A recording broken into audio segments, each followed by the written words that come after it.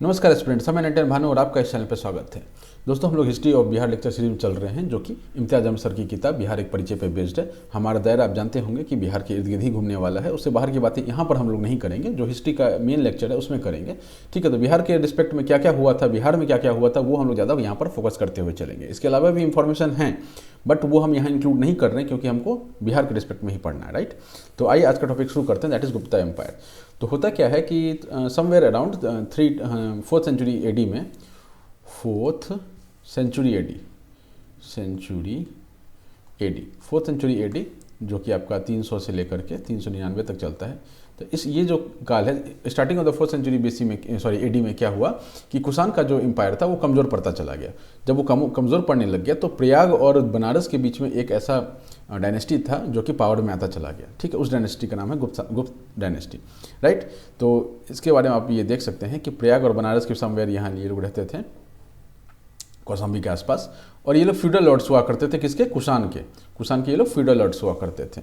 ठीक है, इनका जो लीनियज है वो माना जाता है कि श्रीगुप्त से स्टार्ट होता है, राइट। श्रीगुप्त से इनका लीनियज स्टार्ट होता है। उसके बाद इनका बेटा घटोत्कच गुप्त जो है वो शासन करता है कुछ काल तक। ठीक, तो ये लोग लोकल लॉर्ड्स हैं अभी तक। लेकिन जब चंद्रगुप्त आते हैं सिंहासन पर तो वो क्या करते हैं कि महाराजा धीराजा का टाइटल लेते हैं और अपना किंगडम को एक्सपेंशन शुरू करते हैं। ठीक है, तो यहाँ पर ये आपको ध्यान रखना है कि पहला जो रियल इस्टेब्लिशमेंट जो जिसने किया उनका नाम है चंद्रगुप्त वन। ठीक है, 320 से 335 एडी के बीच में इन्होंने शासन किया था। इन्होंने लिच्छवी प्रिंसेस, लिच्छवी कहाँ पर है? हमारे वैशाली में है। लिच्छवी प्रिंसेस जो है कुमार देवी, उनसे शादी की थी।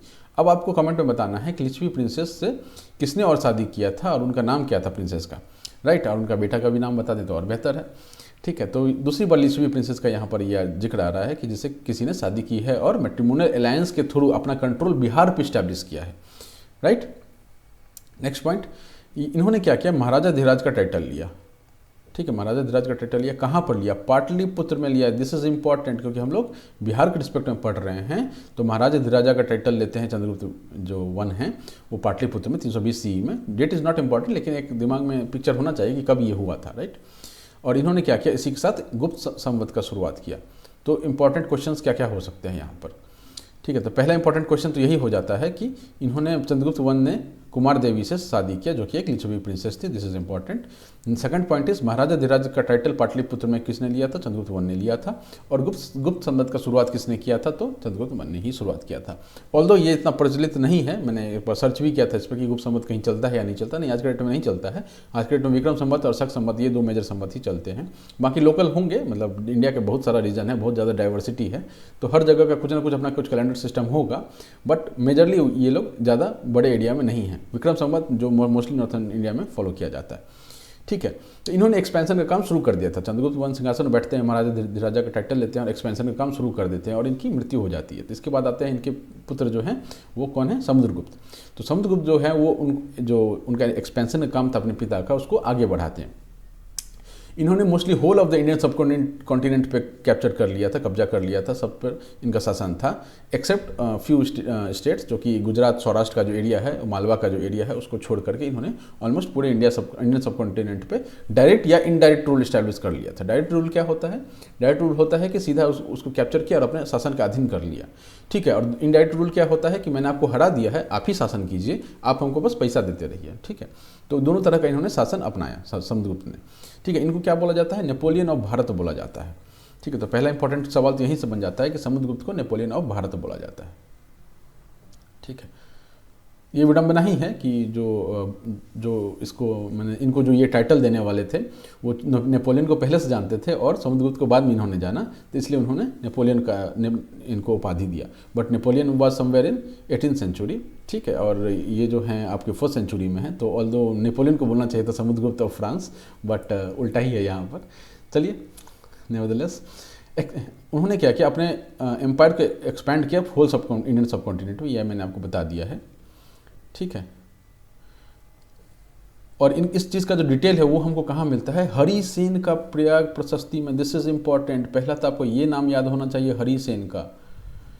ठीक है, हरिसेन का नाम याद कीजिए आप। ठीक है, इस हरिसेन का है प्रयाग प्रशस्ति। ठीक है, प्रयाग प्रशस्ति। अब तीन चीज़ यहाँ पे याद रखना है कि प्रयाग प्रशस्ति किसका है, किसके द्वारा लिखा गया है, तो हरिसेन के द्वारा लिखा गया है। ठीक है, किसके बारे में जिक्र मिलता है इसमें, तो इसमें हमको समुद्रगुप्त के बारे में जिक्र मिलता है। तो तीनों नाम आपको याद साइड बाय साइड याद रखना है। समुद्रगुप्त, ठीक है, उनका डिटेल कहाँ मिलता है, प्रयाग प्रशस्ति में। किसने लिखा उसको, हरिसेन ने लिखा। ठीक है, ये आप छोटा सा एक फोटो देख सकते हैं कि हरिसेन का जो है ये प्रयाग प्रशस्ति है। ठीक है, ऑल्दो मैं थोड़ा जूम कर देता हूँ। ठीक है, लेकिन यहाँ आपको समझ में नहीं आएगा क्योंकि ये भाषा अब हमारे यूज़ में नहीं है। ये जो लैंग्वेज है या ये जो स्क्रिप्ट है वो हमारे यूज़ में नहीं है अब। ठीक है, इनका जो टेरिटरीज अंडर कंट्रोल क्या क्या था ये आप देखिए यहाँ पर।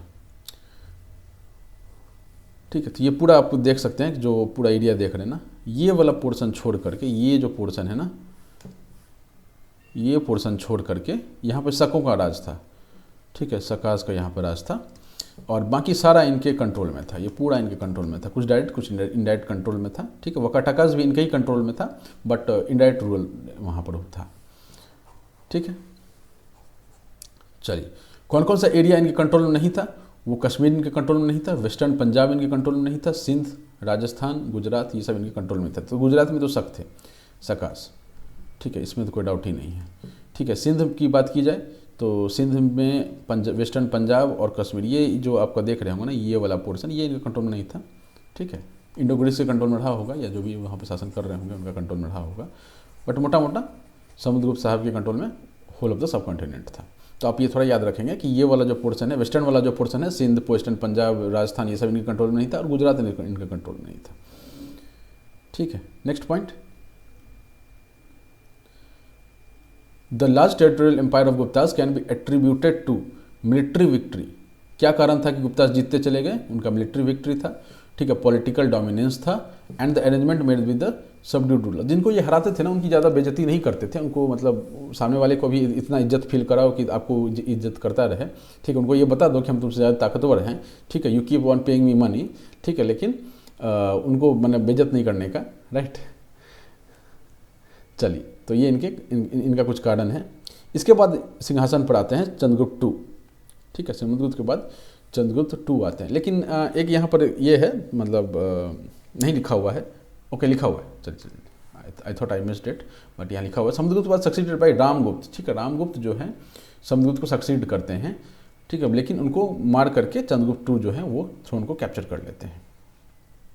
ठीक है, चंद्रगुप्त टू जो है वो आ जाते हैं। कुछ एक ऐसा स्टोरी था कि चंद्रगुप्त टू जो है वो कहीं लड़ाई कर रहे होते हैं, रामगुप्त जो होते हैं वो पाटलिपुत्र में ही होते हैं और समुद्रगुप्त जो है उनका डेथ हो जाता है। तब रामगुप्त के पास जब चंद्रगुप्त टू के पास जब खबर पहुंचता है तब वो भाग करके आते हैं, राइट। और भाग करके जब वो वापस यहाँ पर पहुँचते हैं, राजगीर के वाला एक कुछ एरिया था वहाँ पर पहुँचते हैं, तो वहाँ पर देखते हैं कि रामगुप्त ने क्या किया है कि जो एक कन्या को वो जीत करके लाए थे वेस्टर्न इंडिया से, अफगानिस्तान वाला एरिया है, वहाँ का किसी रूलर को हरा करके एक कन्या को वो लेकर के आए थे कि हम उससे शादी करेंगे। तो उससे रामगुप्त शादी कर लेते हैं क्योंकि एक प्रथा था कि आप सिंहासन पर बैठ रहे हैं तो अविवाहित नहीं हो सकते हैं। ठीक है, if you are unmarried you cannot sit on the throne, right. तो इस केस में उन्होंने रामगुप्त ने क्या किया कि वो कन्या पहले से प्रेजेंट थी, उसे वो शादी कर लेते हैं और वो सिंहासन बैठ जाते हैं। तो 5 साल तक ये संघर्ष चलता है। चंद्रगुप्त उसके बाद उसको डिफीट करते हैं, फिर जिस कन्या को वो जीत करके लाए थे, ठीक है, उनसे वो शादी करते हैं और फिर वो सिंहासन पर बैठते हैं, राइट। इन्होंने क्या किया, जो बचा खुचा एरिया था ना सौराष्ट्र और मालवा का, सौराष्ट्र और मालवा का जो बचा खुचा एरिया था जिसको समुद्रगुप्त नहीं जीत पाए थे, ठीक है, ऑल्दो उन्होंने अभियान किया था बट वो जीत नहीं पाए थे शकाज के सामने में, उनको वो हरा देते चंद्रगुप्त टू। ठीक है, इन्होंने विक्रमादित्य का टाइटल दिया था, किसी चंद्रगुप्त विक्रमादित्य नाम से भी इनको जाना जाता है। इन्होंने एक्चुअली इनका नाम चंद्रगुप्त टू है लेकिन इन्होंने विक्रमादित्य का टाइटल लिया था तो इनका नाम हो जाता है चंद्रगुप्त विक्रमादित्य। ठीक है, उन्होंने क्या किया, अपनी बेटी का शादी, प्रभावती का शादी किससे किया था, रुद्रसेन से किया था। और रुद्रसेन कौन है, वकाटक डायनेस्टी जो नीचे था उसके वो शासक थे। अब ये वकाटक डायनेस्टी कहाँ है ये हम थोड़ा मैप में देख लेते हैं। ठीक है, तो ये मैप है हमारा। अब ये देखिए, गौर कीजिए यहाँ पर। तो चंद्रगुप्त टू ने क्या किया, इन्होंने इसको जीत लिया, समुद्रगुप्त ने इसको नहीं जीत पाए थे तो ये यहाँ पर जीत जाते हैं, तो सारा ही इनके कंट्रोल में आ जाता है, पूरा एरिया इनके कंट्रोल में आ जाता है। वकाटक इनडायरेक्ट रूलर्स होते थे तो इनसे अपनी बेटी की शादी इन्होंने कर दी, प्रभावती की शादी यहाँ के रुद्रसेन से कर देते हैं। ठीक है, चलिए, और फ्रेंडली रिलेशन इस्टेब्लिश हो जाता है। मैट्रिमोनियल अलायंस बहुत स्ट्रांग अलायंस होता था उस टाइम का। ठीक, नेक्स्ट पॉइंट क्या है, कुमारगुप्त जो है उन्होंने नालंदा यूनिवर्सिटी की इस्टेब्लिशमेंट की थी। This is very important. ठीक है। तो चंद्रगुप्त के बारे में जो इंपॉर्टेंट पॉइंट है वो क्या है, पहला वाला जितना इंपॉर्टेंट नहीं था, इसको हटा देते हैं। ठीक है, इन्होंने सौराष्ट्र मालवा सकस्सा को हराया था। उन्होंने अपनी बेटी प्रभावती का शादी रुद्रसेन से किया था, जो कि एक वकाटका डायनेस्टी है उसके वो शासक थे। ठीक है, इसके बाद कुमारगुप्त आते हैं एंड बहुत इंपॉर्टेंट काम करते हैं। उन्होंने नालंदा यूनिवर्सिटी का 427 CE में इस्टेब्लिशमेंट किया। ठीक है, नालंदा यूनिवर्सिटी का। तो कौन है ये, कुमारगुप्त हैं। इनका नाम अपने को ध्यान रखना है। ठीक है, चलिए नेक्स्ट पॉइंट। इसके बाद आते हैं स्कंदगुप्त। तो बिहार के रिलेशन में ही पढ़ रहे हैं, तो नालंदा यूनिवर्सिटी बिहार के रिलेशन में आ जाता है, तो ये हम लोग यहाँ पर देख लेते हैं, देख लिया है हमने। स्कंदगुप्त आते हैं। स्कंदगुप्त का जब शासन आता है तो उनके टाइम में हून का आक्रमण शुरू हो जाता है। ठीक है, हून कुछ चाइनीज के वंशज थे, वो आकर के नॉर्थ वेस्ट साइड से अटैक करना शुरू कर देते हैं, और स्कंदगुप्त जो है वो कंटिन्यूसली उनके साथ लड़ते रह जाते हैं। लेकिन लंबा समय स्कंदगुप्त का शासन रहता है, 20 साल का शासन है, उसमें वो कंटिन्यूसली उसको जो है भगाते रहते हैं मार पीट कर। लेकिन वो लड़ाई करते करते क्या होता है ना कि उनका जो ट्रेजरी था, उनका जो क्या बोलते हैं उसको, फाइनेंसेस था, वो सब खाली होने लग गया। ऑब्वियसली वार होता है तो इकोनॉमी पर असर पड़ता है, राइट। ठीक है, तो हम कोई भी वार नहीं चाहता है, क्योंकि वार जो भी वार करेगा उसका जो कोषागार में जो कोष पड़ा हुआ है वो खाली होता चला जाएगा। ठीक है, तो ही सक्सेसफुली डिफेंडेड। ठीक है, इसको करेक्ट कर लेते हैं, defended. He successfully defended his empire from Hunas. ठीक है, तो हुन का आक्रमण शुरू हो चुका था, हुनास को ये सक्सेसफुली हरा करके बाहर भगा करके रखते हैं। ठीक है, लेकिन इनके बाद क्या होता है कि इनके बाद जो नेक्स्ट शासन आते हैं, जो आप नाम पढ़ेंगे वो जितने इंपॉर्टेंट नहीं हैं, जो कमज़ोर शासक हो जाते हैं, और उनका ट्रेजरी भी हम देख चुके हैं कि खाली हो चुका रहता है, पैसा वैसा खत्म हो गया रहता है। तो हुन का जो आक्रमण होता है, तो मिलिट्री का जो पावर है कम होने के कारण हुन अपना जो कैप्चर करने का एरिया है वो बढ़ते चले जाते हैं। ठीक है, but after him they started occupying territories. ठीक है, नेक्स्ट पॉइंट। इनके बाद आते हैं ब्रह्मगुप्त। ठीक है, तब यहाँ तक इंपॉर्टेंट था कि हुन का आक्रमण किसके टाइम में शुरू होता है, स्कंदगुप्त के टाइम में। कुमारगुप्त की क्या खास बात है, नालंदा यूनिवर्सिटी की खास बात है। चंद्रगुप्त 2 का क्या खास बात है, सौराष्ट्र और मालवा के एनेक्स कर लेते हैं, बेटी प्रभावती का शादी रुद्रसेन वो कटक डायनेस्टी के राजा के साथ कर देते हैं। ठीक है, ये हम लोग इंपॉर्टेंट पॉइंट देख चुके हैं। समुद्रगुप्त को नेपोलियन ऑफ इंडिया कहा जाता है। तो बुद्धगुप्त के बारे में देखते हैं। ज़्यादा ये जो पोर्शन हम लोग अभी पढ़ेंगे इतना इंपॉर्टेंट नहीं है, बट थोड़ा इन्फॉर्मेशन होना चाहिए अपने पास, तो हम लोग उसको भी देख लेते हैं। तो ब्रह्मगुप्त जो आते हैं उनके टाइम में क्या हो जाता है कि एम्पायर जो था वो टूटने लगता है, क्योंकि गरीब तो ऑलरेडी, गरीब नहीं बोलेंगे लेकिन हाँ पैसा तो कम होने ही लगा था इनके पास, इकोनॉमी कमज़ोर होने लग गई थी, कंटिन्यूसली ये वार में घिरे हुए थे, और हुन जो है वो सेंट्रल इंडिया तक आ जाते थे। सेंट्रल इंडिया मतलब मथुरा और जो आपका MP का जो एरिया है वहाँ तक इनका कैप्चर शुरू हो गया रहता है, किसका, हुन का। इनके बाद आते हैं नरसिंहगुप्त। ठीक है, he fought along Yashovarman of Malwa with Mihirakula of Hyun dynasty. ठीक है, तो अब ये 2 नाम हैं यहाँ पर आ रहे हैं। पहला नाम है मिहिरकुल का, दूसरा नाम आ रहा है यशोवर्मन का। अब देखिए मालवा जो है वो इनकी कैप्चर में आ चुका था, गुप्ताज के कैप्चर में मालवा आ चुका था, बट जैसे ही शासन कमज़ोर हुआ तो मालवा एक इंडिपेंडेंट किंगडम निकल के आ गया। ठीक है, वो क्या करते हैं, इसके साथ बोलते हैं कि भाई तुम तो मेरे मतलब सबड्यूड रूलर थे, हम क्या करते हैं पार्टनरशिप बनाते हैं, और ये बाहर से जो लोग आ रहे हैं मिहिरकुल, इनको हम लोग भगाते हैं। तो मिहिरकुल जो है हुन डायनेस्टी है, उनके साथ ये लड़ाई करते हैं। ठीक, तो ये एक सवाल बन सकता है कि मिहिरकुल जो है वो किसके ये हैं, ये नहीं पूछेगा आपसे कि कौन लड़ाई कर रहा है, लेकिन यहाँ पर एक समकालीन पूछ सकता है, आपसे पूछ सकता है कि कंटेम्प्रेरी रूलर्स कौन कौन से हैं। तो नरसिंहगुप्त, बालादित्य, यशोवर्मन और मिहिरकुल जो है ये तीनों कंटेम्प्रेरी रूलर्स हैं, ये यहाँ पर याद रखना है। आपसे कोई नहीं पूछेगा कि किसका लड़ाई हुआ, कौन जीता, कोई कौन हारा, कंटेम्प्रेरी वाला चीज़ पूछ सकता है आपसे। ठीक है, नेक्स्ट पॉइंट।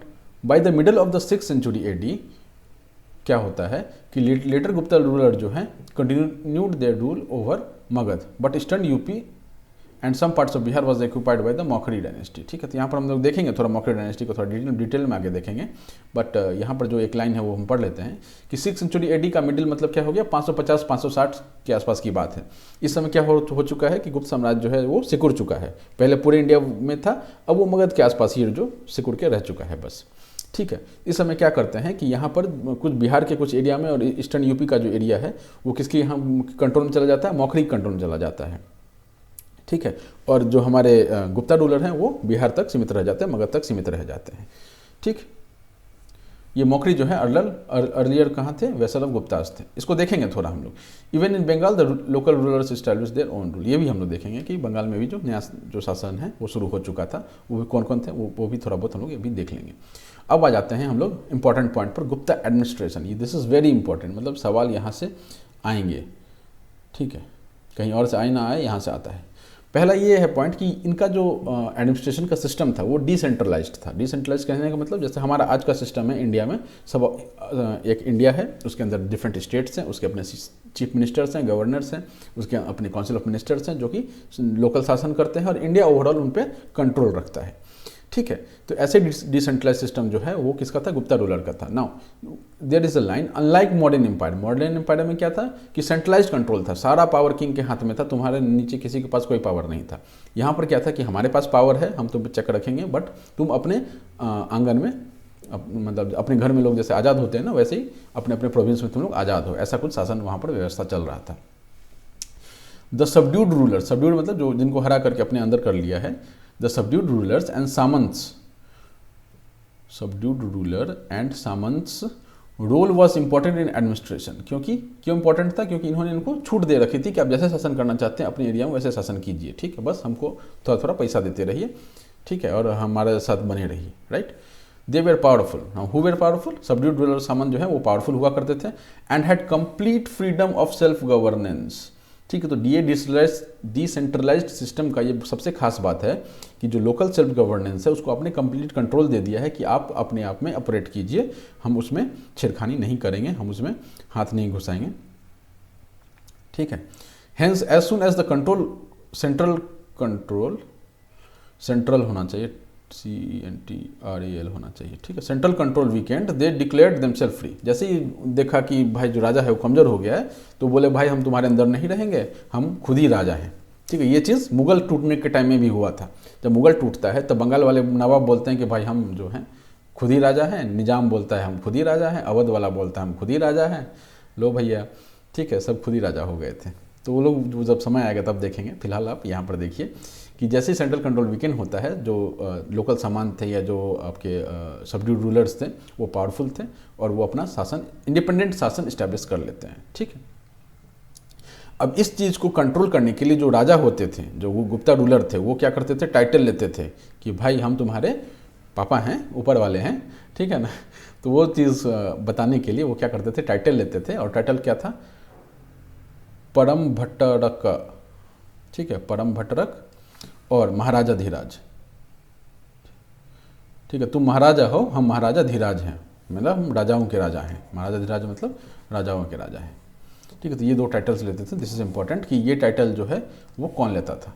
तो टाइटल्स इंपॉर्टेंट है, ये आपको याद रखने हैं कि डिसेंट्रलाइज सिस्टम में अपना क्या बोलते हैं उसको, सुपरियरिटी दिखाने के लिए ये दो टाइटल्स का यूज़ करते थे।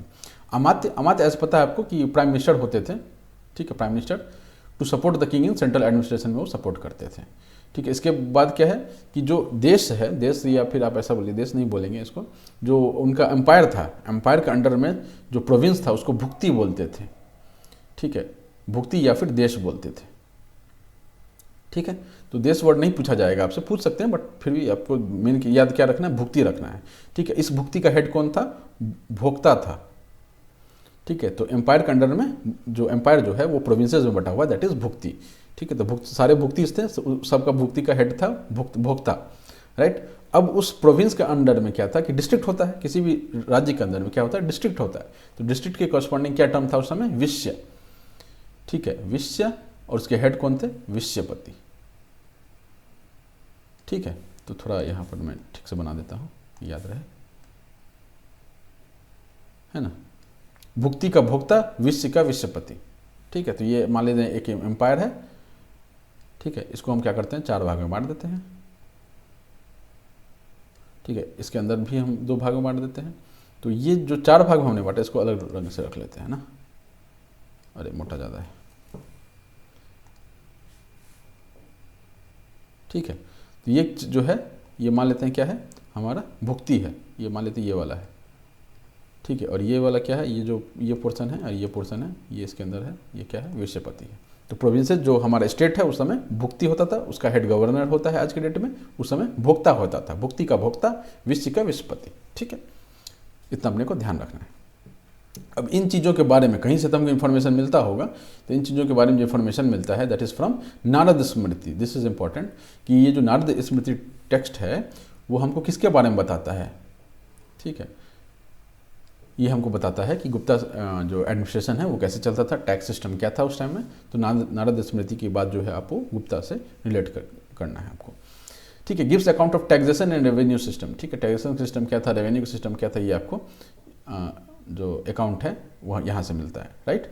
रेवेन्यू के सोर्सेज क्या है, भाग हैं, ठीक है, भोग है और कर है, ये रेवेन्यू के सिस्टम्स थे गुप्ता रूलर्स के लिए। ना व्हाट इज भाग, भोग एंड कर। तो भाग तो है 1/6 ऑफ द टोटल प्रोड्यूस्ड, ये यहाँ पे लिखा हुआ है, जो आपने प्रोडक्शन किया उसका जो 1/6 भाग है वो आप किसको देना है, एज अ टैक्स देना है। ठीक है, भोग क्या है, भोग है मान लीजिए आप फल फूल उगा रहे हैं, तो राजा को आप, जो राजा है या राज परिवार है उसको आप क्या दे रहे होंगे, फल दे रहे होंगे कि महाराज ये फल लीजिए, पूजा पाठ कीजिए। ठीक है, तो उसके लिए भोग हो गया। तो अब आज भी हम लोग भोग लगाना बोलते हैं ना, भगवान को हम लोग भोग लगा रहे हैं, तो वो क्या करते थे, भोग के लिए उनको देते थे कि आप आगे भोग लगाइए। तो वो भोग एक टाइप से कर ही हुआ, क्योंकि आप राजा जो है वो चार्ज कर रहा है उससे, उगाने वाले से। कर क्या है, टैक्स, ये आपका एडिशनल टैक्स टाइप का चीज़ था। ठीक है, नेक्स्ट पॉइंट, एग्रीकल्चर टैक्स में ऊपरी कर होता था, उदरंग होता था, हस्ती कर होता था, हिरण्य होता था। ठीक है, कुछ कैश में लेते थे, ये कैश वाला सिस्टम हो गया। ठीक है, उदरंग हो गया आपका एडिशनल सेस टाइप का चीज़ हो जाता था। ऊपरी कर हो जाता था आपका मतलब परमानेंट जो पीजेंट है उनसे कुछ टैक्स लिया जाता था। हस्ती कर, हाथी का कुछ टैक्स हो जाता होगा। ठीक है, तो इस तरह का कुछ टैक्स सिस्टम था। तो आपको बस नाम याद रखना है कि ये जो टैक्स सिस्टम है वो किससे रिलेटेड है, वो गुप्ता से रिलेटेड है। आप ये याद रख सकते हैं कि मतलब ऊपरी कर ये जो टाइप का चीज़ है,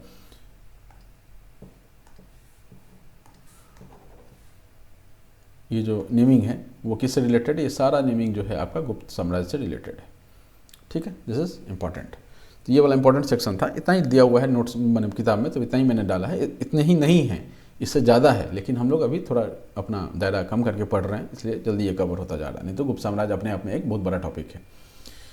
ठीक है, इसके बाद आते हैं हम लोग लेटर गुप्ता रूलर्स पर। तो हमने गुप्त साम्राज्य का मेन पॉइंट्स देख लिया। ठीक है, और ये मिडिल वाला जो पॉइंट्स था ना, middle of the 6th century AD वाला, ये अब हम लोग देखने वाले हैं। ठीक है, क्योंकि जब जैसे हम लेटर गुप्ताज में घुसेंगे तो इनका चर्चा वापस आएगा। तो उम्मीद है आपको ये समझ में आया होगा। नेक्स्ट पॉइंट पे चलते हैं, लेटर गुप्ता रूलर्स पे। पहले तो लेटर गुप्ता रूलर्स का जो है हमको सोर्स क्या मिलता है, सोर्स अपने को रिकॉर्ड्स मिलते हैं, इंस्क्रिप्शंस मिलते हैं गया और शाहाबाद से। ठीक है, ये भोजपुर में है शाहाबाद, गया और शाहाबाद से हमको ये रिकॉर्ड्स मिलते हैं। ठीक, इसमें क्या लिखा हुआ मिलता है कि कृष्णगुप्त जो थे उन्होंने इस डायनेस्टी की स्थापना की थी, लेकिन इनका जो गुप्ता रूलर है उससे क्या रिलेशन था ये पता नहीं है। ठीक है, तो ये जो इंस्क्रिप्शन मिलता है तो वो कुछ लिखा नहीं गया साथ में, तो वो एक रिलेशन इस्टेब्लिश करना मुश्किल है। बट जो चूँकि उनका वंश चलता आ रहा था गुप्त साम्राज्य का, समवेयर अराउंड 300 साल से चलता आ रहा था, 200 साल 300 साल से चलता आ रहा था, तो उनके ही कुछ ये रहे होंगे, मैंने रिलेटिव रहे होंगे, ब्लड रिलेटिव रहे होंगे। बट एग्जैक्टली क्या रिलेशन था ये इस्टेब्लिश नहीं करना मुश्किल है, बट मान के चलते हैं कि ये उनके ही भाई बंधु थे। ठीक है, तो कृष्णगुप्त का नाम हमको मिलता है कि इन्होंने इसको इस्टेब्लिश किया था। Kumaragupta III expanded his empire till Prayag, and इतना ज़्यादा इंपॉर्टेंट नहीं है, दो इंपॉर्टेंट है मैं आपको बता दूंगा। ठीक है, तो ये 2-3 पॉइंट इतने इंपॉर्टेंट नहीं है, लेकिन फिर ये थोड़ा इंपॉर्टेंट हो जाता है। ठीक है, आते हैं टॉपिक पे। तो कुमारगुप्त III ने क्या किया, अपना जो एम्पायर था उसको प्रयाग तक लेके गए। अब हमने पढ़ा था कि गुप्त साम्राज्य जो है वो श्रिंक करके मगध के आसपास रह गया था, मौखरी वंश का शासन जो है वो आ चुका था बिहार तक। ठीक है, तो इन्होंने क्या किया कि प्रयाग तक अपना शासन स्थापित किया, और इन्होंने मौखरी रूलर्स को भी हराया। वही मौखरी जो हमारे बिहार तक पहुंच गया था, इन्होंने बोला क्या भाई तुम उधर ही रहो। ठीक है, मतलब सेंट्रल इंडिया तक ही रहो, सेंट्रल इंडिया भी नहीं, नॉर्थ सेंट्रल इंडिया कह सकते हैं आप, कन्नौज के आसपास का एरिया, तो वहाँ वहीं पर तुम रहो। और ये अपना उसको हरा करके अपना जो शासन है वो प्रयाग तक लेके आ जाते हैं। ठीक है, दामोदर गुप्त he was defeated by Maukhari ruler. तो अब ये कुमारगुप्त III जो थे, इन्होंने क्या किया, मौखरी रूलर को हराया। इनका बेटा था दामोदर गुप्त, जिसको मौखरी रूलर ने हरा दिया। ठीक है, तो ये कंटिन्यूस वार चल ही रहा था, हम तुमको हराएंगे, तुम हमको हराते रहो, चलता चलेगा ऐसे। ठीक है, major part of Magadh was taken away from him. तो जब कुमारगुप्त थे तो उन्होंने एक्सपैंड किया, थोड़े पावरफुल रहे होंगे। जैसे उनका बेटा आया तो शासन थोड़ा वीक हो गया, तो दामोदर गुप्त को हरा दिया होगा। ठीक, अब यहाँ पर गौर कीजिए, आगे बढ़ने से पहले हम 1-2 पॉइंट यहाँ पर देख लेते हैं। ठीक है, उसके बाद आगे बढ़ते हैं, है ना। ये अब पहले मैप देखिए, थोड़ा इसको समझेंगे हम लोग, उसके बाद हम लोग आगे बढ़ेंगे। ठीक है, उस समय के इवेंट काल जो है वो समझने की कोशिश करेंगे यहाँ पर।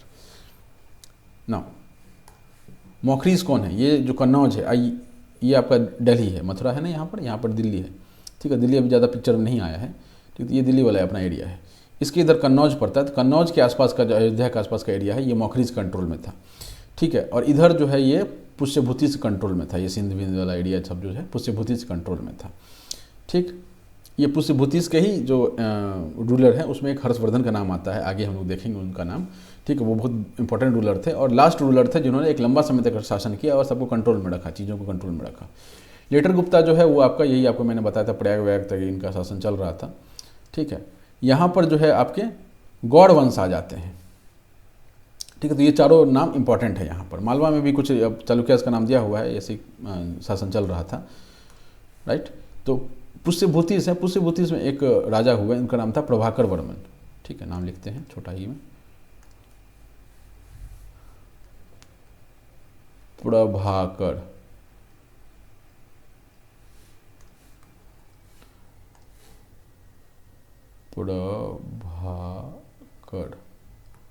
वर्मन। ठीक है, इनका दो बेटा एक बेटी। ठीक है, बेटा का नाम था राजवर्धन, दूसरा था हर्षवर्धन और एक बेटी राजश्री। इन्होंने क्या किया, इन राजश्री का शादी जो है वो मौखरी के राजा ग्रहवर्मन से करवा दिया। मैट्रिमोनियल अलायंस ग्रहवर्मन, इनसे इनका शादी करा दिया। ये इनके शासक थे ग्रहवर्मन, इनसे इनका शादी करा दिया। तो राजश्री कहाँ आ गई, राजश्री आ गई ग्रहवर्मन के पास। राजश्री होगा ना,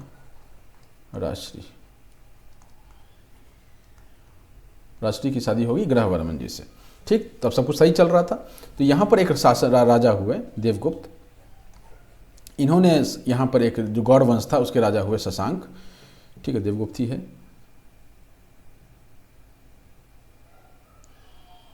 हाँ, देवगुप्त ही है।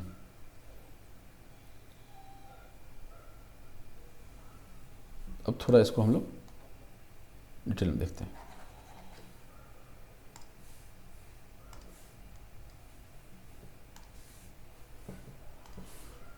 इसके राजा थे देवगुप्त।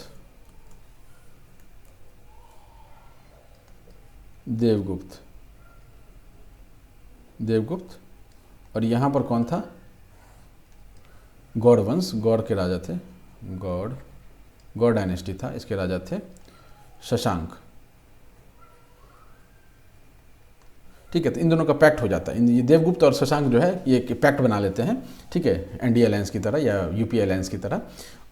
ठीक है, और जब ये दोनों पैक्ट बनाते हैं और किस पे आक्रमण करते हैं, मौखरीस पर आक्रमण करते हैं। और ग्रहवर्मन को क्या करते हैं, शशांक जो है वो मार देते हैं। इसको इन्होंने मार दिया और इन राजश्री को जो है ये कैप्चर कर लेते हैं। ठीक है, तो इसके रिटेलिएशन में राजवर्धन जो है वो क्या करते हैं कि इस पर अटैक करते हैं, इस साइड पे, और ये किसको मार देते हैं, देवगुप्त को मार देते हैं। ठीक है, ये क्या करते हैं, देवगुप्त को मार देते हैं। राइट, तो अब पिक्चर में कौन कौन बचा, ग्रहवर्मन मर चुके हैं। ठीक है, ग्रहवर्मन मर चुके हैं, राजश्री कैप्चर हो चुकी हैं, देवगुप्त को इन्होंने मार दिया। इसी लड़ाई में इनका मृत्यु हो जाता है, राजवर्धन का। ठीक है, राजवर्धन का मृत्यु हो जाता है तो राजवर्धन भी यहाँ से गायब हो जाते हैं। वो अब लड़ाई में मरते हैं, जैसे भी मरते हो मर जाते हैं। ठीक है, तो यहाँ पर कोई शासक आया होगा, मतलब चूंकि देवगुप्त मर जाते हैं तो उनका कोई बेटा या पोता या कुछ कोई तो आया होगा यहाँ पर, बट शशांक अभी भी जिंदा है। तो इसको डिफीट करने के लिए जाते हैं ये हर्षवर्धन जाते हैं। हर्षवर्धन यहाँ जो है डिफीट करते हैं और उसके बाद ये मौखरीज का जो डायनेस्टी है ग्रहवर्मन के साथ समाप्त हो जाता है। ये पूरा ही पुष्यभूति के कंट्रोल में चला जाता है और ये पुष्यभूति फर्दर एक्सपैंड करती है गुप्ता के साइड पे और पूरा ये गुप्ता जो एरिया है ना, गुप्ता वाला एरिया, वो सारा को अपने कंट्रोल में ले लेते हैं। ठीक है, तो ये थोड़ा इवेंट है वो समझने के लिए था कि यहाँ पर दो भाई थे, एक बहन थी, है ना। ये बहन का शादी यहाँ पर हो जाता है, ये दोनों अपना पैक्ट बना लेते हैं बंगाल के साथ। शशांक इसके पति को मार देता है। ठीक है, इनका जो जिया था उसको मार देता है और फिर उसको मतलब रिटेलिएशन में, ठीक है, तो ये आपके जो राजवर्धन है वो देवगुप्त पाटलिपुत्र के जो रूलर थे उनको मार देते हैं। तो इस तरह का यहाँ पर सीन चल रहा होता है। ठीक है, तो इसको हम लोग एक बार लाइन में पढ़ लेते हैं, पॉइंट्स में देख लेते हैं और फिर हम लोग आगे मूव ऑन करते हैं। इतना इंपॉर्टेंट नहीं था लेकिन थोड़ा मतलब कहानी टाइप का आपको बताने में ठीक था। नेक्स्ट पॉइंट पर आते हैं। दामोदर गुप्त हमने देख लिया था कि कुमारगुप्त II ने क्या किया था कि मौखरीज को हराया था और अपना प्रयाग तक एक्सपेंशन किया था। लेकिन दामोदर गुप्त जब आते हैं तो वापस मौखरी जो है बिहार तक वो कैप्चर कर लेते हैं, मगध का बहुत बड़ा एरिया कैप्चर कर लेते हैं। ठीक, next point, Shashank of Gaur dynasty Bengal rose to power and attacked Magadh for his expansion. तो शशांक क्या करते हैं कि भैया मगध पे भी अटैक करते हैं, तो मगध पे बहुत अटैक हुए हैं, तो उसमें शशांक भी अटैक करने वाले हैं। बट ऐसा होता है ना कि राजनीति में कोई किसी का दोस्त दुश्मन नहीं होता है, तो उस समय वो उन्होंने लड़ाई किया, फिर देखा कि भाई हम तीनों मिल अगर जाएं, तीसरा मतलब मालवा का जो रूलर है वो भी मिल जाता है इन लोगों से। तो शशांक हो गए, मगध के आपके देवगुप्त हो गए, और मालवा के जो रूलर है वो मिल कर किस पे अटैक कर देते हैं, आपके मौखरीज पे अटैक कर देते हैं। ठीक, अब शशांक के बारे में एक बहुत इंपॉर्टेंट पॉइंट है जो अपने को याद रखना है। He razed down the religious sites of the Buddhist and also try to destroy Mahabodhi tree. Mahabodhi tree काटने का, डिस्ट्रॉय करने का काम किसने किया? Very important question, Shashank of Gaur dynasty. ठीक है, मैच द कॉलम में हो सकता है आ जाए या एक आध नंबर के लिए सवाल आ जाए। This is important. अभी तक इतना जो हमने पढ़ा वो इतना इंपॉर्टेंट नहीं था, बट ये ज़्यादा इंपॉर्टेंट है। ठीक है, शशांक ने क्या किया था कि महाबोधि ट्री को क्षति पहुंचाया था। देवगुप्त, ग्रैंडसन ऑफ दामोदर गुप्त, देवगुप्त हैं किसके? दामोदर गुप्त ग्रैंडसन हैं, who made pact with Shashank, क्योंकि इनका जो है देवगुप्त गुप्ता जो लेटर गुप्ता रूलर है उनका मौखरीज के साथ कंटिन्यूस वार चल रहा था, तो इनको पावर चाहिए था, चूंकि ये कमजोर हो चुके थे, इनको पावर चाहिए था, इसके लिए इनको पैक्ट चाहिए था। अब पैक्ट जो है वो किससे करते हैं? ये लोग बंगाल के गौड़ वंश से करते हैं। ठीक है, तो grandson Damodar Gupta who made pact with Shashank to fight against Graha Varman of मौखरीज। तो मैंने बताया आपको कि कन्नौज के पास जो है वो मौखरीज का शासन था, और जो पुष्यभूतिज का शासन था वो थानेश्वर के पास था। ठीक है, थानेश्वर हरियाणा में पड़ता है, कन्नौज यूपी में पड़ता है। ठीक, इसलिए मैंने दिल्ली बीच में बनाया था कि दिल्ली के इस साइड में आपके दिल्ली के टुवर्ड्स लेफ्ट जो है वो आपका पुष्यभूतिज का शासन था, और दिल्ली के टुवर्ड्स राइट जो है वो आपका मौखरीज का शासन था। ठीक है, और मौखरीज और पुष्यभूतिज में क्या था? मैट्रिमोनियल अलायंस था, राइट। और मैट्रिमोनियल अलायंस किसके थ्रू था? बेटी राजश्री और ग्रह वर्मन के बीच में था। इस ग्रह वर्मन जी को कौन जो है शशांक जो है मार देता है। Graha Varman was killed by Shashank and in retaliation to this Rajvardhan attacked Devagupta and killed him.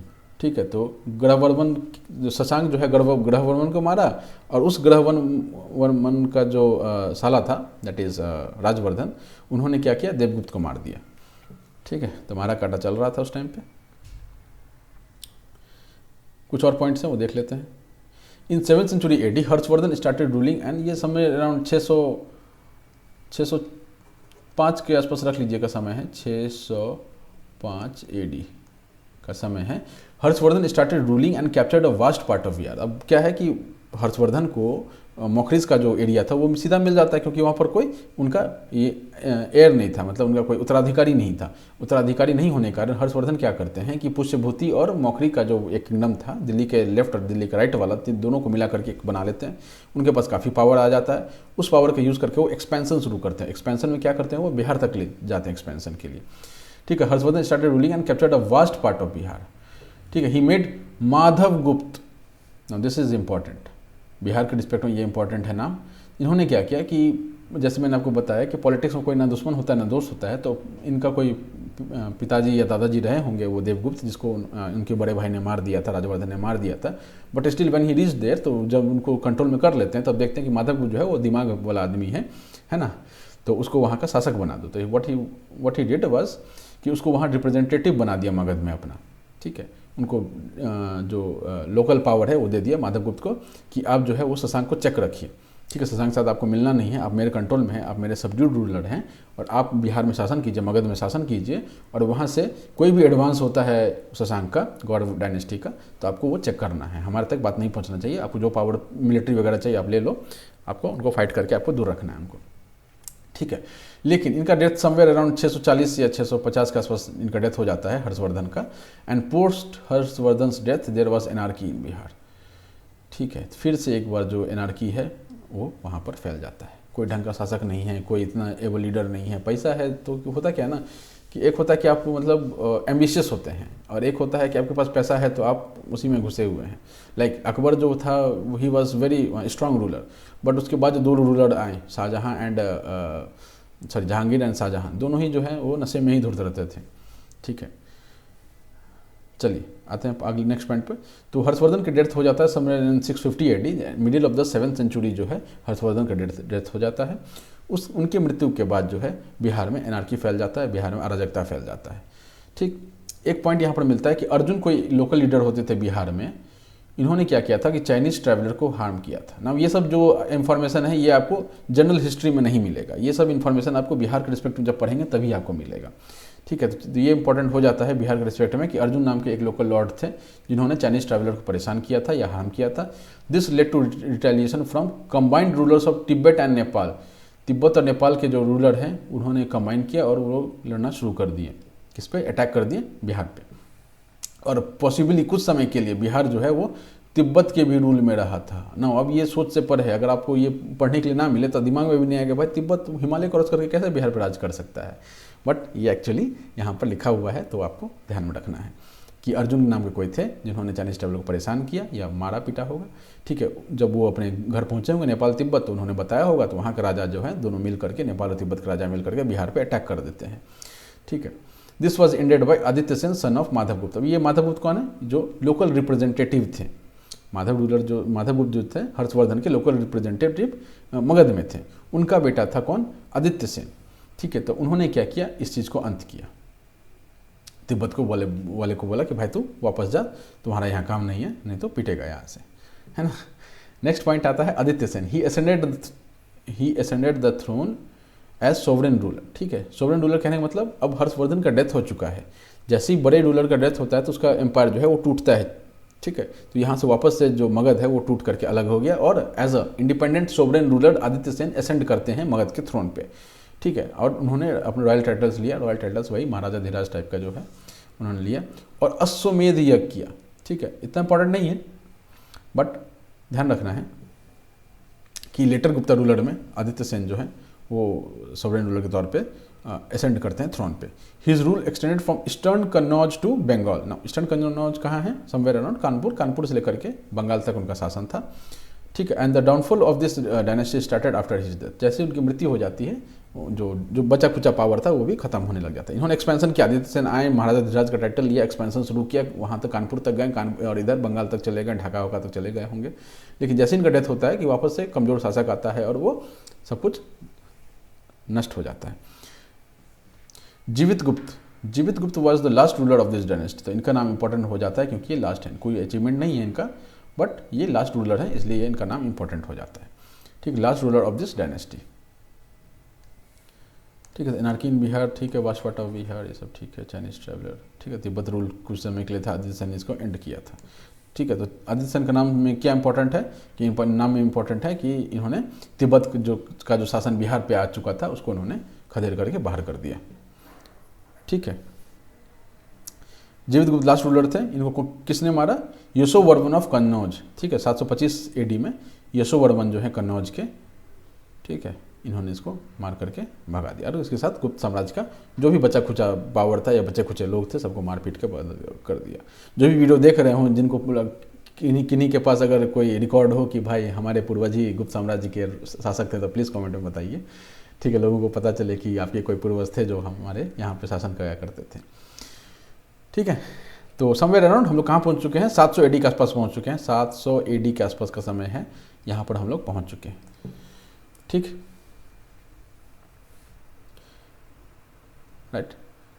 Next point, by this time the glory of Pataliputra was gone, ठीक है। पाटलिपुत्र जो बहुत ज़्यादा इंपॉर्टेंट सिटी हुआ करता था, एक बहुत लंबा समय 1000 साल समय, जो हम लोग 500 BC से लेकर के 500-600 AD तक 1000-1100 साल जो Pataliputra was the biggest centre of politics, ठीक है, बिगेस्ट सेंटर ऑफ ट्रेड, ये सारा कुछ नष्ट हो चुका था, ठीक है। जो ग्लोरी था पाटलिपुत्र का वो जा चुका था।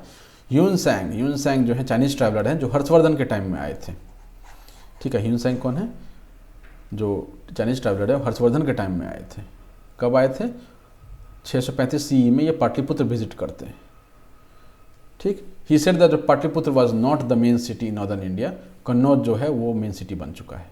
तो हम देख रहे हैं कि यहाँ पर चूँकि हर्षवर्धन का शासन था, हर्षवर्धन कैपिटल जो है वो थानेसर से उठ के कन्नौज पहुँच चुका था, तो कन्नौज जो है that was the main flourishing capital, ठीक है। और जो पाटलिपुत्र है वो बस अंधकार में है, वहाँ पर मतलब अवशेष वगैरह रहे होंगे, ठीक है, रिमेंस रहे होंगे, बड़े बड़े बिल्डिंग्स रिमेंस रहे होंगे, बट एज अ सिटी जो फ्लरिश कर रहा था एक टाइम पे 1000 साल तक, वो नष्ट हो चुका था, ठीक है। परिवर्तन ही संसार का नियम है और यहाँ पर परिवर्तन हुआ और वो बढ़िया से बढ़िया सिटी जो है वो नष्ट हो गया।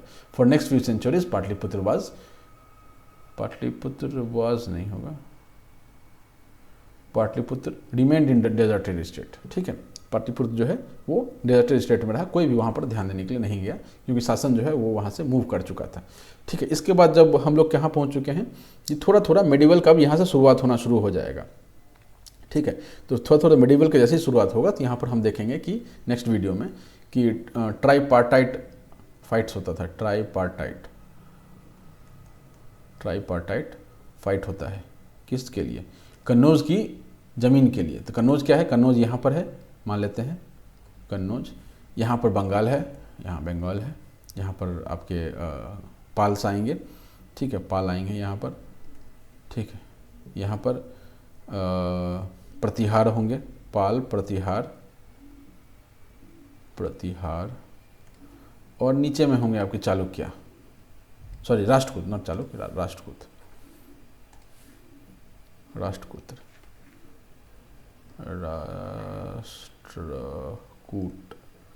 ठीक है, तो राजपूत ये तीनों क्या करेंगे, ये वाली ज़मीन के लिए फाइट करेंगे because this was very advantageous, क्योंकि वहाँ पर बहुत ज़्यादा मतलब खेतीबाड़ी हो रहा था। ठीक है, सब कुछ बढ़िया बढ़िया था, फील्ड वील्ड था। ठीक है, तो सब क्या करेंगे, ये भी चाहेगा कि मेरा कंट्रोल हो इस पर, ये भी चाहेगा मेरा कंट्रोल हो इस पर, और ये भी चाहेगा मेरा कंट्रोल हो इस पर। तो इसको बोला जाता है ट्राईपार्टाइट स्ट्रगल या फाइट, ऐसा बोलते हैं इसको। और ये सब हम लोग नेक्स्ट वीडियो में देखेंगे। ठीक है, नेक्स्ट वीडियो में इधर ज़्यादा नहीं देखेंगे, ये पाल वाले का ज़्यादा देखेंगे क्योंकि यही वो लोग हैं जो बिहार तक पहुँचे थे। ठीक है, राजपूत भी आया था कुछ समय के लिए, बट मोस्टली पालवास जो है जो बगल में ही है बिहार बंगाल के, तो वो जो लोग हैं वो ज़्यादा हमारे एरिया पर कैप्चर करने आए थे। तो इसी के साथ हम लोग इस वीडियो को अंत करते हैं। आगे बढ़ने से पहले, मतलब ख़त्म करने से पहले एक रिक्वेस्ट है, प्लीज़ लाइक, सब्सक्राइब और शेयर कीजिए। चलिए, thank you, all the best, Tata.